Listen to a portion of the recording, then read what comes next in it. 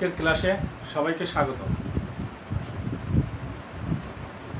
নবম ও দশম শ্রেণীর মানবিক বিভাগের ছাত্রছাত্রীবৃন্দ,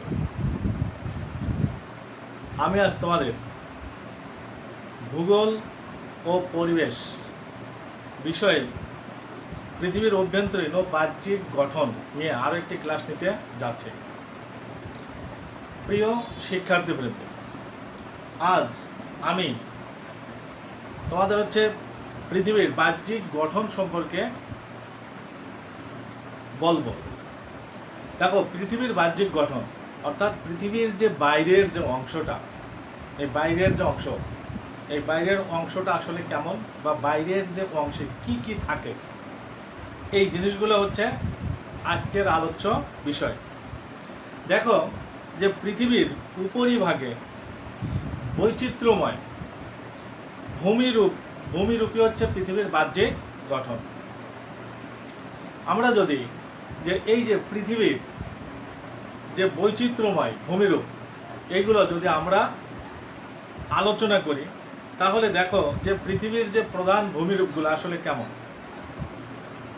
তোমরা তো নিশ্চয়ই জানো যে পৃথিবীর কিন্তু সকল জায়গায় কিন্তু সমান নয়, অর্থাৎ সর্বত্রই কিন্তু সমান নয়, অর্থাৎ কোথাও উঁচু কোথাও নিচু, মানে এই টাইপের যে বিভিন্ন রকমের কিন্তু ভূমি এই পৃথিবীতে রয়েছে। এর আকৃতি, প্রকৃতি এবং গঠনগত বেশ কিছু পার্থক্য রয়েছে। যে ভূমির এই আকৃতি ও গঠনগত বৈচিত্র্যকেই বলা হয় হচ্ছে ভূমিরূপ। তাহলে দেখো যে এই যে ভূমিরূপ, এই ভূপৃষ্ঠের কোথাও হচ্ছে উঁচু পর্বত রয়েছে, আবার কোথাও রয়েছে হচ্ছে পাহাড়, তারপরে কোথাও আছে হচ্ছে মালভূমি, কোথাও আছে হচ্ছে সমভূমি, নিম্নভূমি, এরকম বিভিন্ন টাইপের ভূমি কিন্তু এই পৃথিবীতে দেখা যায়। এছাড়াও বিভিন্ন স্থানের উচ্চতা, তারপর হচ্ছে বন্ধুরতা এবং ঢালের মধ্যে পার্থক্য রয়েছে। ভৌগোলিক দিক দিয়ে বিচার করলে যে পৃথিবীর সর্বত্র, মানে যে অর্থাৎ পৃথিবীর যে সমগ্র ভূমিরূপ আছে, এই ভূমিরূপগুলোকে হচ্ছে তিনটি ভাগে ভাগ করা যায়। দেখো তাহলে হচ্ছে ভূমিরূপ হচ্ছে তিন ধরনের।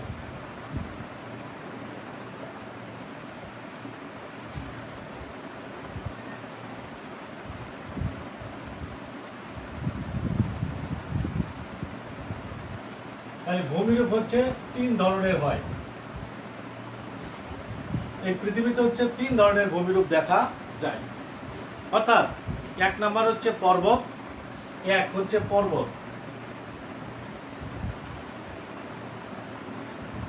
দুই নাম্বার হচ্ছে মালভূমি,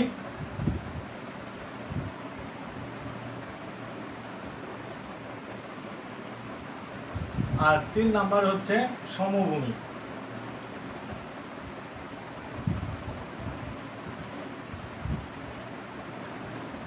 অর্থাৎ এই যে তিন ধরনের মালভূমি কিন্তু এই পৃথিবীতে দেখা যায়। তাহলে দেখো, আমরা যদি দেখি যে পর্বত বলতে কি বোঝায়, অর্থাৎ পর্বত কত ধরনের হয়, এই জিনিসগুলা আজ আমি তোমাদেরকে দেখাবো। দেখো, পর্বত বলতে আমরা কি বুঝি, অর্থাৎ পর্বত হচ্ছে সমুদ্র তল থেকে অন্তত 1000 মিটারের বেশি উঁচু, সুবিস্তৃত ও খাড়া ঢাল বিশিষ্ট শিলাস্তূপকে বলা হয় হচ্ছে পর্বত। তার মানে কি, এটা হচ্ছে উচ্চতা হবে 1000 প্লাস মিটার, অর্থাৎ 1000 মিটারের হচ্ছে যদি বেশি হয়, উচ্চতা যদি 1000 মিটারের বেশি হয়, সেই 1000 মিটারের বেশি উচ্চতা বিশিষ্ট যে সুবিস্তৃত ও খাড়া ঢাল বিশিষ্ট যে শিলাস্তূপ আছে, সেটাকেই বলা হবে হচ্ছে পর্বত। অনেক সময় আমরা মনে করি যে পর্বত এবং পাহাড় আসলে এক, আসলে কিন্তু পর্বত এবং পাহাড় কিন্তু এক নয়। অর্থাৎ পাহাড় হচ্ছে পর্বতের চেয়ে একটু নিচু। অর্থাৎ পর্বত হতে হলে দেখো, এটা হচ্ছে 600 থেকে 1000, অর্থাৎ 600, এই যে 600 মিটার থেকে হচ্ছে 1000 মিটার, 600 থেকে 1000 মিটার, এটাকে বলা হবে হচ্ছে পাহাড়। এটা হচ্ছে পাহাড়। পাহাড়ের উচ্চতা হবে হচ্ছে, দেখো মানে পর্বত, পর্বত হতে হলে 1000 মিটারের উপরে হইতে হবে। আর যদি পাহাড়ের উচ্চতা হবে হলো 600 থেকে 1000 মিটার উঁচু স্বল্প বিস্তৃত শিলাস্তূপকে বলা হবে হচ্ছে পাহাড়। পর্বতের উচ্চতা সমুদ্র পৃষ্ঠ থেকে কয়েক হাজার মিটার হয়ে থাকে। পর্বতের উচ্চতা অনেক সময় 1000 প্লাসের থেকে শুরু, এটা কিন্তু কয়েক হাজার মিটারও হতে পারে। পর্বতের ভূপ্রকৃতি হচ্ছে বন্ধুর, তারপরে ঢাল খুব হয় খাড়া, ঢালটা হবে খুবই খাড়া এবং সাধারণত চূড়া বিশিষ্ট হয়, অর্থাৎ চূড়া থাকে, অর্থাৎ পর্বতের হচ্ছে চূড়া থাকে। কোনো কোনো পর্বত বিচ্ছিন্নভাবে অবস্থান করে, যেমন পূর্ব আফ্রিকার কিলিমানজারো। তারপরে আবার কিছু পর্বত অনেকগুলো পৃথক শৃঙ্গ সহ ব্যাপক এলাকা জুড়ে অবস্থান করে, যেমন হচ্ছে হিমালয় পর্বতমালা। তাহলে দেখো এই জিনিসগুলো কিন্তু তোমরা অবশ্যই খেয়াল করবে যে কোনো কোনো পর্বত হচ্ছে বিচ্ছিন্নভাবে অবস্থান করে, যেমন পূর্ব আফ্রিকার হচ্ছে কিলিমানজারো। আবার হচ্ছে কিছু পর্বত অনেকগুলো পৃথক শৃঙ্গ সহ ব্যাপক এলাকা জুড়ে অবস্থান করে, যেমন হচ্ছে হিমালয় পর্বতমালা। তোমরা তো অবশ্যই হিমালয় পর্বতমালা নাম শুনেছ। তারপরে দেখো এই পর্বতকে আমরা বিভিন্ন শ্রেণীতে ভাগ করতে পারি। দেখো এই পর্বতকে হচ্ছে বিভিন্ন শ্রেণীতে আমরা ভাগ করতে পারি। তাহলে পর্বতের হচ্ছে শ্রেণী বিভাগ। তাহলে দেখো এই পর্বতকে আমরা যদি এই পর্বতের হচ্ছে শ্রেণী বিভাগ আছে, পর্বতকে হচ্ছে আমরা বেশ কিছু শ্রেণীতে ভাগ করতে পারি। যেমন পর্বত হচ্ছে কি,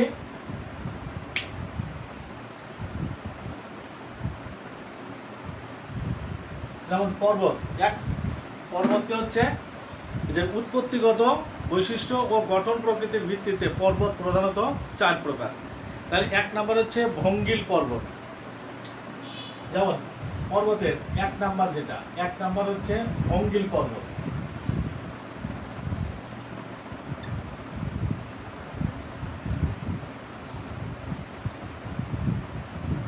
এক হচ্ছে 4 প্রকার, পর্বত হচ্ছে 4 প্রকার। তাহলে 1। তারপরে 2 নাম্বার যেটা হচ্ছে সেটা হচ্ছে আগ্নেয় পর্বত। 2 নাম্বার হচ্ছে আগ্নেয় পর্বত।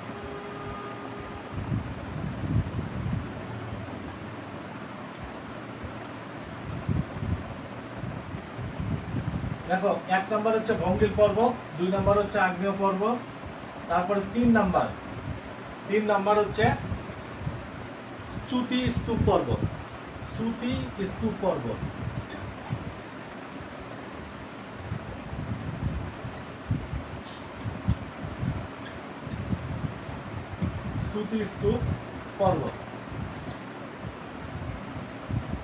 আর যেটা 4 নাম্বার হচ্ছে ল্যাকোলিথ পর্বত। 4 নাম্বার হচ্ছে ল্যাকোলিথ।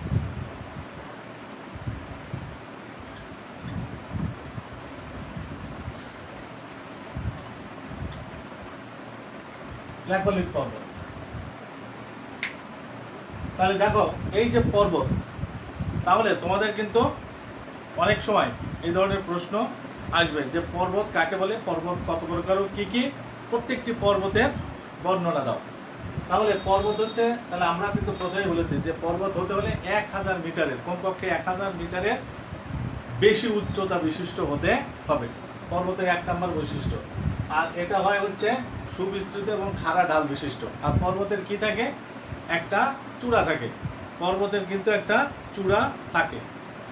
আর এই পর্বতের ভূপ্রকৃতিটা হবে বন্ধুর এবং একটা খাড়া ঢাল বিশিষ্ট হয়। তাহলে এই জিনিসগুলো তোমরা খেয়াল করবে। আর পর্বতকে 4 ভাগে ভাগ করা যায়। 1 হচ্ছে ভঙ্গিল পর্বত, 2 নাম্বার হচ্ছে আগ্নেয় পর্বত, 3 নাম্বার হলো চ্যুতি স্তূপ পর্বত এবং 4 নাম্বার যেটা হচ্ছে ল্যাকোলিথ পর্বত। তাহলে আমরা এখন দেখি যে ভঙ্গিল পর্বত বলতে আমরা কি বুঝি।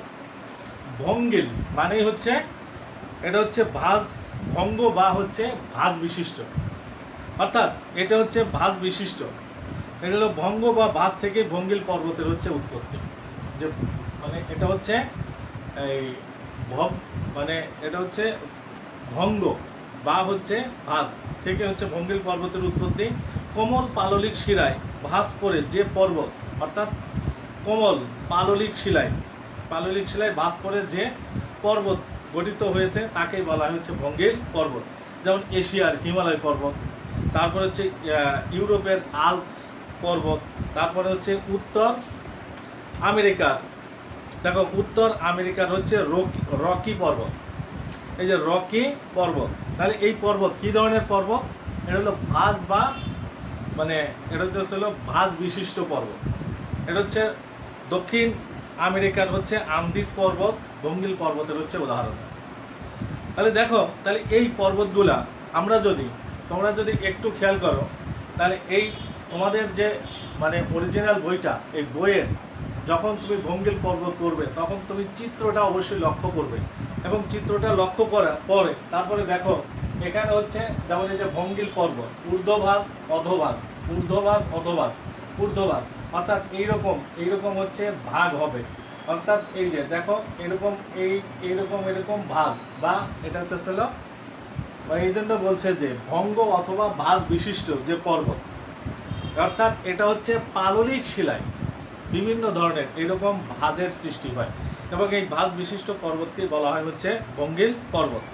আর ভঙ্গিল পর্বতের উদাহরণগুলো তোমরা অবশ্যই খেয়াল করবে। যেমন হচ্ছে এগুলো কিন্তু তোমাদের পরীক্ষাতে আসে, যে এই উত্তর আমেরিকার রকি পর্বত এটা কেমন ধরনের পর্বত, তাহলে এটা হচ্ছে এক ধরনের হচ্ছে ভঙ্গিল পর্বত। তারপরে ভঙ্গিল পর্বত কিভাবে সৃষ্টি হয়, এটা তো আমরা বলছি যে সমুদ্র তলদেশের বিস্তারিত অবনমিত স্থানে দীর্ঘকাল ধরে বিপুল পরিমাণ পলি এসে জমা পড়ে, আর পলি জমা পড়েই কিন্তু পাললিক শিলা গঠিত হয়। এর চাপে অবনমিত স্থান আরো নিচে নেমে যায়। পরবর্তী পর্যায়ে ভূ-আলোড়ন বা ভূমিকম্পের ফলে এবং পার্শ্ববর্তী সুদৃঢ় ভূমিখণ্ডের প্রবল পার্শ্বচাপের কারণে ঊর্ধ্বচাপ ও নিম্নচাপের সৃষ্টি হয়। বিস্তৃত এলাকা জুড়ে এ সমস্ত ঊর্ধ্ব ও অধো ভাঁজ সংবলিত ভূমিরূপ মিলেই হয় ভঙ্গিল পর্বত। তাহলে বুঝতেই পারছো যে এটা হচ্ছে সমুদ্র তলদেশের বিস্তারিত অবনমিত স্থানে দীর্ঘকাল ধরে বিপুল পরিমাণ কি জমে, পলি মাটি জমে, অর্থাৎ পলি জমে। এর চাপে হলে অবনমিত স্থান আরো নিচে নেমে যায়। পরবর্তী সময়ে ভূ-আলোড়ন, অর্থাৎ এই যে পর্বত, এই পর্বতগুলো কিন্তু আসলে ভূ-আলোড়ন বা ভূমিকম্পের ফলেই কিন্তু সৃষ্টি হয়। এটা তো আমরা বলেছি যে ভূমিকম্প হচ্ছে একটা আকস্মিক পরিবর্তন। এই আকস্মিক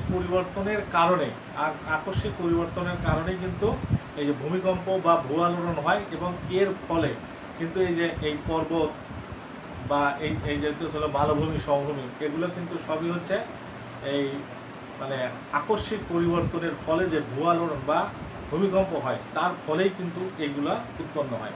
আর এটাই আমি কিন্তু বলেছি যে ঊর্ধ্বভাস এবং অধোভাস এরকম ভাঁজ বিশিষ্ট পর্বতগুলো হয় হচ্ছে ভাঁজ বিশিষ্ট। তাহলে এইগুলো তোমরা অবশ্যই বইয়ের চিত্রটা দেখবে, এবং এই চিত্রটা তোমরা অবশ্যই অঙ্কনও করবে। তারপরে দেখো আগ্নেয় পর্বত। আমরা যদি এখন দেখি যে আগ্নেয় পর্বতটা বলতে আমরা কি বুঝি। দেখো আগ্নেয় পর্বত মানে হচ্ছে আগ্নেয় শব্দের সাথে কিন্তু আগ্নেয়গিরি এই কথাটা আছে, যে আগ্নেয়গিরি থেকে উদ্গিরিত পদার্থ সঞ্চিত ও জমাট বেঁধে আগ্নেয় পর্বতের সৃষ্টি করে। আমরা কিন্তু দেখো যে যখন আগ্নেয়গিরির অগ্নুৎপাত হয় তখন কি হয়, অর্থাৎ ভূপৃষ্ঠের কোনো একটা দুর্বল অংশ দ্বারা ভূগর্ভের যে গলিত পদার্থগুলো বা ম্যাগমাগুলো আছে এগুলো কিন্তু উপরে সজোরে বের হয়ে আসে, এবং এই যে ম্যাগমা বা গলিত পদার্থগুলো আশপাশে জমা হয়ে এক ধরনের পর্বতের সৃষ্টি করে। এই ধরনের পর্বতকে বলা হয় হচ্ছে আগ্নেয় পর্বত। এই কারণেই দেখো লিখেছে যে আগ্নেয়গিরি থেকে উদ্গীরিত পদার্থ সঞ্চিত জমাট বেঁধে আগ্নেয় পর্বত সৃষ্টি করে। তোমরা যদি এই চিত্রটা যদি দেখো এই যে এখানে হচ্ছে এই যে ম্যাগমা, ম্যাগমা, তারপরে হচ্ছে এই যে আগ্নেয়গিরির অগ্নুৎপাত হচ্ছে। অগ্নুৎপাত হওয়ার পরে দেখো এই যে গলিত পদার্থগুলো আশপাশে জমা হয়ে এক ধরনের পর্বতের সৃষ্টি করে। এই ধরনের পর্বতকেই বলা হয় হচ্ছে আগ্নেয় পর্বত। দেখো এই পর্বত সাধারণত মোচাকৃতির হয়ে থাকে। আর একে যেহেতু আগ্নেয়গিরির যে এই যে গলিত লাভা বা পদার্থগুলো সঞ্চিত হয়ে বা জমা হয়ে এই পর্বতের সৃষ্টি করে, এই জন্য অনেক সময় এই পর্বতকে সঞ্চিত পর্বত বলা হয়ে থাকে। আগ্নেয় পর্বতের উদাহরণ হচ্ছে ইটালির ভিসুভিয়াস, তারপর হচ্ছে কেনিয়ার কিলিমানজারো, জাপানের হচ্ছে ফুজিয়ামা ইত্যাদি, এবং হচ্ছে ফিলিপাইনের পিনাটুবো। এই যে মানে এগুলো পিনাটুবো পর্বত, এগুলো সবই হচ্ছে আগ্নেয় পর্বত। তাহলে তোমরা অবশ্যই এই উদাহরণগুলো একটু খেয়াল করবে যে আগ্নেয় পর্বতের উদাহরণগুলো কী কী। যেমন হচ্ছে ইটালির ভিসুভিয়াস, তারপরে হচ্ছে কি কেনিয়ার হচ্ছে কিলিমানজারো, জাপানের হচ্ছে ফুজিয়ামা, এবং ফিলিপাইনের হচ্ছে পিনাটুবো পর্বত। তাহলে এই পর্বতগুলো কিন্তু তোমরা অবশ্যই খেয়াল করবে। তারপরে দেখো এই 3 নম্বরে আসলে চ্যুতি স্তূপ পর্বত। তাহলে চ্যুতি স্তূপ পর্বত বলতে আমরা কি বুঝি? দেখো এটাও হচ্ছে এই যে চ্যুতি স্তূপ পর্বত, এটাও হচ্ছে আগ্নেয়গিরির এই যে ভূ আলোড়ন, যখন হচ্ছে আলোড়নের সময় ভূপৃষ্ঠের শিলা স্তরে প্রসারণ এবং সংকোচনের সৃষ্টি হয়। অর্থাৎ প্রসারণ এবং সংকোচন, অর্থাৎ যখন হচ্ছে গলিত পদার্থগুলো উপরের দিকে উঠে আসে তখন কিন্তু প্রসারিত হয়, আবার ওইটা যখন আস্তে আস্তে ঠান্ডা হয় তখন কিন্তু সংকুচিত হয়। এই ভূআলোড়নের সময় ভূপৃষ্ঠের শিলাস্তরে প্রসারণ এবং সংকোচনের সৃষ্টি হয়। এই প্রসারণ এবং সংকোচনের জন্য ভূত্বকে ফাটলের সৃষ্টি হয়। কালক্রমে এ ফাটল বরাবর ভূত্বক ক্রমে স্থানচ্যুত হয়। মানে ভূগোলের ভাষায় একে চ্যুতি বলে। এই যে স্থানচ্যুত হওয়া, এই স্থানচ্যুতটাকে ভূগোলের ভাষায় হলো চ্যুতি বলে। ভূত্বকের এই স্থানচ্যুতির কোথাও উপরের দিকে হয়, আবার কোথাও নিচের দিকে হয়। চ্যুতির ফলে উঁচু হওয়া অংশকে স্তূপ পর্বত বলে। যেমন ভারতের হচ্ছে বিন্ধ্যা, দেখো এটা হলো কোথাও উঁচু কোথাও নিচু। তোমরা অবশ্যই বইয়ের এই চ্যুতি স্তূপ পর্বত, এই চ্যুতি স্তূপ পর্বতের এটা দেখবা যে এটা হচ্ছে ভূআলোড়নের ফলে দেখো চ্যুতি কোথাও হচ্ছে মানে এই যে স্থানচ্যুত হওয়ার ফলে এক ধরনের চ্যুতি দেখা যায়। এইভাবেই হচ্ছে যে পর্বত গঠিত হয় সেই পর্বতটাকে বলা হয় হচ্ছে চ্যুতি স্তূপ পর্বত। যেমন হচ্ছে ভারতের হচ্ছে বিন্ধ্যা ও সাতপুরা পর্বত, জার্মানির হচ্ছে ব্ল্যাক ফরেস্ট, পাকিস্তানের লবণ পর্বত চ্যুতি স্তূপ পর্বতের উদাহরণ। তাহলে তোমরা এই পর্বতগুলা কিন্তু চ্যুতি স্তূপ পর্বতের উদাহরণগুলো দেখবে। যেমন এটা হচ্ছে কি ভারতের হচ্ছে বিন্ধ্যা ও হচ্ছে সাতপুরা পর্বত, জার্মানির হচ্ছে ব্ল্যাক ফরেস্ট, এবং পাকিস্তানের হচ্ছে লবণ চ্যুতি স্তূপ পর্বতের উদাহরণ। তাহলে তোমাদেরকে যদি প্রশ্ন করা হয় যে অনেক সময় যেমন তোমাদের প্রশ্নে আসে যে রকি পর্বত অথবা হচ্ছে মানে ফুজিয়ামা পর্বত, অথবা তোমাকে যদি বলা হয় যে ব্ল্যাক ফরেস্ট, এই পর্বতগুলো কিভাবে গঠিত হয়েছে, তাহলে কিন্তু তোমরা অবশ্যই বুঝতেই পারছো যে এটা হচ্ছে যেহেতু এই ধরনের প্রশ্ন যদি হয় তাহলে তোমাদেরকে আগে দেখতে হবে যে রকি পর্বতটা কি ধরনের পর্বত। এটা হচ্ছে এক ধরনের ভঙ্গিল পর্বত। তাহলে এই যে ভঙ্গিল পর্বত কিভাবে গঠিত হয়, তাহলে যেভাবে গঠিত হয়েছে তাহলে ঠিক রকি পর্বতও কিন্তু ওইভাবেই গঠিত হয়েছে। আবার অনেক সময় বলবে যে এই যে যেমন হচ্ছে জাপানের ইটালির ভিসুভিয়াস বা জাপানের ফুজিয়ামা, এটা হচ্ছে এক ধরনের আগ্নেয় পর্বত। তাহলে আগ্নেয় পর্বত এটা কিভাবে গঠিত হয়েছে, তাহলে সেইভাবেই কিন্তু এই জাপানের ফুজিয়ামা ওইভাবেই গঠিত হয়েছে। আবার হচ্ছে এই যেমন হচ্ছে ব্ল্যাক ফরেস্ট, এটা হচ্ছে এক ধরনের চ্যুতি স্তূপ পর্বত। তাহলে চ্যুতি স্তূপ পর্বত কিভাবে গঠিত হয়, তাহলে সেই জিনিসটা আগে তোমাকে দেখতে হবে, এবং সেইভাবেই কিন্তু এই তোমার হচ্ছে জার্মানির ব্ল্যাক ফরেস্টও কিন্তু ওইভাবেই গঠিত হয়েছে। এই ধরনের প্রশ্ন কিন্তু অনেক সময় তোমাদের পরীক্ষাতে আসে। তারপরে দেখো আমরা এখন দেখবো হচ্ছে 4 নাম্বার, যেটা হচ্ছে ল্যাকোলিথ পর্বত। এই ল্যাকোলিথ পর্বতটা দেখো কেমন। এটা হচ্ছে দেখো পৃথিবীর অভ্যন্তর থেকে গলিত শিলা বা ম্যাগমা বিভিন্ন গ্যাসের দ্বারা স্থানান্তরিত হয়ে ভূপৃষ্ঠে বের হয়ে আসার চেষ্টা করে। এটা তো আমরা জানি যে অর্থাৎ ম্যাগমা হচ্ছে পৃথিবীর অভ্যন্তর ভাগে থাকে। এটা অত্যন্ত গলিত এবং অত্যন্ত উত্তপ্ত পদার্থ। এগুলো কিন্তু পৃথিবীর এগুলো হচ্ছে ভূপৃষ্ঠে কিন্তু সবসময় তারা কিন্তু বের হওয়ার চেষ্টা করে, এবং যেখানেই হচ্ছে দুর্বল স্থান পাবে ভূপৃষ্ঠ পাবে সেটাই কিন্তু ভেদ করে উপরের দিকে উঠে আসে চেষ্টা করে। কিন্তু কোনো কোনো সময় বাধা পেয়ে এগুলো ভূপৃষ্ঠের উপরে না এসে ভূত্বকের নিচে এক স্থানে জমাট বাঁধে। অনেক সময় যদি ভূপৃষ্ঠটা যদি ওইভাবে দুর্বল না পায় তাহলে ওইটা উপরে আর উঠতে পারে না, অর্থাৎ ভূপৃষ্ঠের উপরের পৃষ্ঠে এটা বাধা পেয়ে নিচেই কোনো একটা জায়গায় জমাট বাঁধে। এই ঊর্ধ্বমুখী চাপের কারণে স্ফীত হয়ে ভূত্বকের অংশ বিশেষ গম্বুজ আকার ধারণ করে। এভাবে সৃষ্ট পর্বতকে ল্যাকলিত পর্বত বলে। তোমরা যদি এই যে চিত্রটা যদি দেখো, এই যে চিত্রটা, এটা হচ্ছে এই যে চিত্রটা ম্যাগমা, এটা হচ্ছে এটা হচ্ছে উপরের দিকে ওঠার চেষ্টা করছে, কিন্তু উপরের পৃষ্ঠটা হয়তো একটু শক্ত থাকার কারণে, অর্থাৎ দুর্বল না হওয়ার কারণে এই যে ম্যাগমাগুলো এইখানে জমাটবদ্ধ হয়ে এইখানে কিন্তু একটা পর্বতের সৃষ্টি করেছে। এবং হচ্ছে এইভাবে যে পর্বত অর্থাৎ গম্বুজের আকার, গম্বুজের ন্যায়, তাহলে হচ্ছে এই ধরনের পর্বতকে হচ্ছে ল্যাকুলিত পর্বত বলা হয়। ঢাল সামান্য খাড়া, তারপরে স্বল্প অঞ্চলব্যাপী বিস্তৃত। এই পর্বতের কোনো শৃঙ্গ থাকে না। যেমন আমেরিকার যুক্তরাষ্ট্রের হেনরি পর্বত হচ্ছে এর উদাহরণ। তাহলে হেনরি পর্বত হচ্ছে এর উদাহরণ। তাহলে দেখো আমরা কিন্তু এই যে পর্বত, তাহলে এই পর্বতটা হচ্ছে কি যে ল্যাকুলিত পর্বত হচ্ছে যে আগ্নেয়, অনেক সময় পৃথিবীর অভ্যন্তরের ভাগে যে ম্যাগমাগুলো থাকে এইগুলো উপরে আর উঠে আসার চেষ্টা করে, কিন্তু কোনো সময় ভূপৃষ্ঠের উপরিভাগ শক্ত হওয়ার কারণে এটা কিন্তু উপরে আর উঠে আসতে পারে না। অর্থাৎ তখন এই ভূ অভ্যন্তরেই এরা এক জমাটবদ্ধ অবস্থায় থাকে। এই যে জমাটবদ্ধ অবস্থায় থাকে ওইখানেই এক ধরনের পর্বতের সৃষ্টি করে। অর্থাৎ এই যে উপরের পৃষ্ঠটা উঠে না আসলে উপরের পৃষ্ঠটা কিন্তু একটু উঁচু আকার ধারণ করে, অর্থাৎ একটা দেখতে ভূপৃষ্ঠ অনেকটা গম্বুজের মতন দেখা যায়। এইভাবে যে পর্বত সৃষ্টি হয় সেই পর্বতগুলোকে বলা হচ্ছে ল্যাকুলিত পর্বত।